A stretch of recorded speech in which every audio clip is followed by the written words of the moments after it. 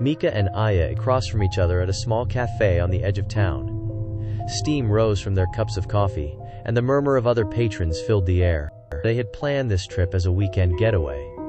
But even here, the quiet hum of conversation made them alert. It's nice to finally relax for a bit, isn't it?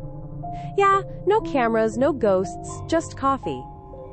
From the next table, two men spoke in low voices, glancing occasionally at a crumpled notebook between them. The old factory at the edge of town? People say it's haunted, hands moving on their own, searching for someone who did wrong. Yeah, I heard a guy got hurt there years ago. Some kind of accident, or maybe not an accident. Weird things happen at night, they say. Mika and Aya exchanged a quick look. Their curiosity was piqued, though the words sounded like nothing more than local gossip. Did you hear that? Hands moving, looking for someone?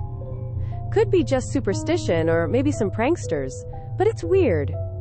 They finished their coffee, glancing once more toward the old factory visible through the cafe window. Something about the conversation lingered in their minds. Let's check it out tomorrow. Just see what's there. Okay, but we stay safe. No rushing in. And so, a simple cafe chat set the stage for an investigation that would take them into the abandoned factory, and into the shadows of a story far older and stranger than they could imagine. The next afternoon, Mika and Aya arrived at the edge of town. The abandoned factory loomed large, its windows broken and dark, rust creeping along metal siding. Cracked pavement and scattered debris made every step echo. The air smelled faintly of damp concrete and old machinery. Looks even creepier in person.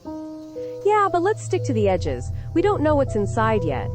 They carefully stepped over weeds and rubble, moving along the perimeter where sunlight barely reached the walls. Every shadow, every shift of light made them tense. Suddenly, a small movement caught their eyes. Across the concrete floor, something low to the ground appeared to shift. At first, they thought it was just an animal, or maybe a trespasser, but its motion was deliberate, almost searching. Did you see that? Someone or something is moving down there.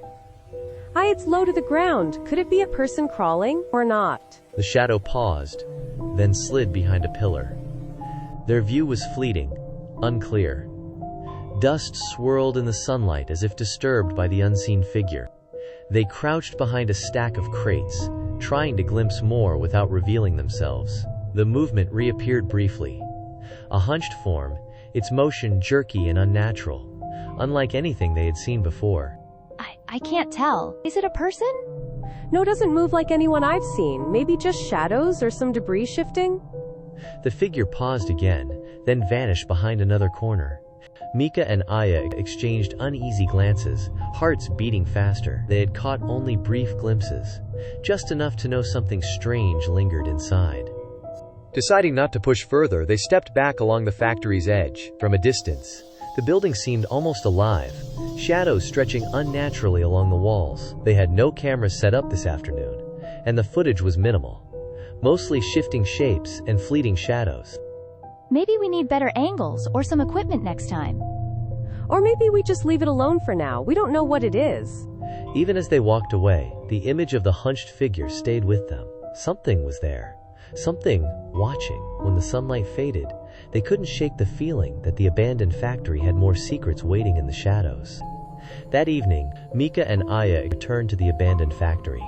The sky was dark, clouds drifting across a pale moon. Their flashlights cut through the gloom, illuminating rusted beams and broken machinery. Every sound, creaking metal, distant dripping water, made them pause. Let's keep it slow. Don't make any sudden moves. Right. If it's human, we don't want to startle them. If not... They stayed along the edges where the factory floor sloped slightly, giving a partial view inside without stepping into the open. Shadows danced across the walls, shifting with every gust of wind. A movement caught their eyes. A hunched figure crawled low across the concrete, but something was off. Its hands glinted in the moonlight. There were eyes on its palms, shifting and scanning the area. What is that? Is that eyes on its hands? It doesn't look human. It moves so strangely. The figure paused, glancing in their direction. For a moment, the shadows hid it completely, then revealed a full view of a pale, distorted face. No eyes on its head, only on the hands it used to crawl forward. Mika raised her camera, zooming in. The Tenome's hands moved independently, scanning the floor, tapping metal surfaces, dragging along the ground. The body followed slowly, almost like the hands were leading it. This is incredible. We actually found it. Don't get too close, and I feel like it's watching everything. Each step was deliberate, the hands moving first, the body following. Shadows stretched unnaturally behind it, and every metallic clang echoed ominously across the empty factory floor. Suddenly, the Tenome paused and retreated behind a pile of crates. When they looked again, only a pair of eyes on a hand peeked around the edge. Then, even that vanished. The body had disappeared, leaving only silence and a faint chill in the air. It just left, or disappeared. I think it knew we were here but didn't want to harm us. The girls stepped back, hearts racing. They had captured fleeting images, shadows, and glimpses of the Tenome's eyes on its hands. But the mystery remained. Why was it here, and why hadn't it attacked? We need to research it, figure out what it wants. And maybe next time, we can set up proper cameras. We need to see the whole body. Tonight, they witnessed something beyond human. The Tenome had revealed itself partially, testing the boundaries, and as they walked back through the shadowed perimeter, they couldn't shake the feeling that this creature, strange and vigilant, might choose to appear again, on its own terms. After returning home, Mika and Aya couldn't stop thinking about the abandoned factory. They searched online, scanning local news archives. Here it says that 10 years ago, there was a serious industrial accident here. A worker was trapped under heavy machinery. Some say the company ignored safety regulations. Back at home, Mika and Aya reviewed their photos and notes from the abandoned factory. The Tenome had vanished, but the memory of its movements lingered. They wanted to understand what they had seen. I've never seen anything like this. Hands moving, dragging the body, those eyes on the palms. Yeah, but why? Why appear here and then vanish? They scoured books, folklore collections, and online archives. The Tenome, or hand-eye, appeared in Edo period stories. His face had no eyes, but eyes grew on its hands. By night, it wandered, seeking out wrongdoers or those who had caused harm. The Tenome appears to punish those who commit evil. Its hands see where the eyes cannot. The body follows like a shadow of justice. Fascinating. So, it's not a random threat? It targets wrongdoers? The texts describe the creature's eerie motion, hands leading the way, the body dragging behind, 3 limbs twitching like spider legs. It observed silently, moving deliberately and cautiously. That explains what we saw. The hands moved first, dragging the rest of the body, terrifying, but not malicious toward ordinary people. So it's like a ghostly guardian, not evil, just vigilant. The old factory had a dark past. Decades ago, workers suffered accidents.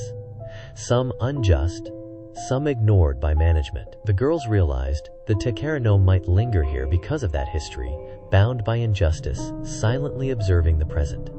It doesn't attack us, maybe it's testing, or just watching.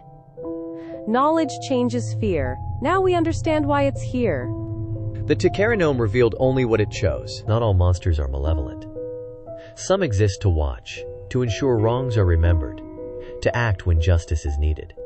We can document this, but we must respect it, record carefully, observe, and never provoke. And maybe next time, it will appear for a reason we can finally understand. As night fell, Mika and Aya reviewed their notes and sketches from the warehouse. The Tenome had vanished, leaving only the memory of its eerie movements and the weight of its gaze. I can't stop thinking about that hand, the way it led, dragging the rest of its body behind. It was frightening, but it wasn't malicious toward us. Yeah, it makes you realize not every ghost or monster is evil. Some just exist to watch, to balance the wrongs left behind. They reflected on the warehouse's history, the accidents, the unfair deaths, the injustices that may have bound this creature here. The Tenome, a hand-eye monster of legend, seemed to linger not out of hatred, but to observe, to bear witness. We need to respect it, record carefully, study, but never provoke. Knowledge keeps us safe. And maybe one day, it will appear for the right reason, and we'll understand more. The Tenome watches silently, a shadowy guardian of forgotten wrongs. Would you dare wander into a place where unseen eyes are waiting? Subscribe to Whispers Beyond Archives, and join Mika and Aya as they continue exploring Japan's hidden spirits and urban legends. Share your own encounters below. What would you do if you saw a hand that could see more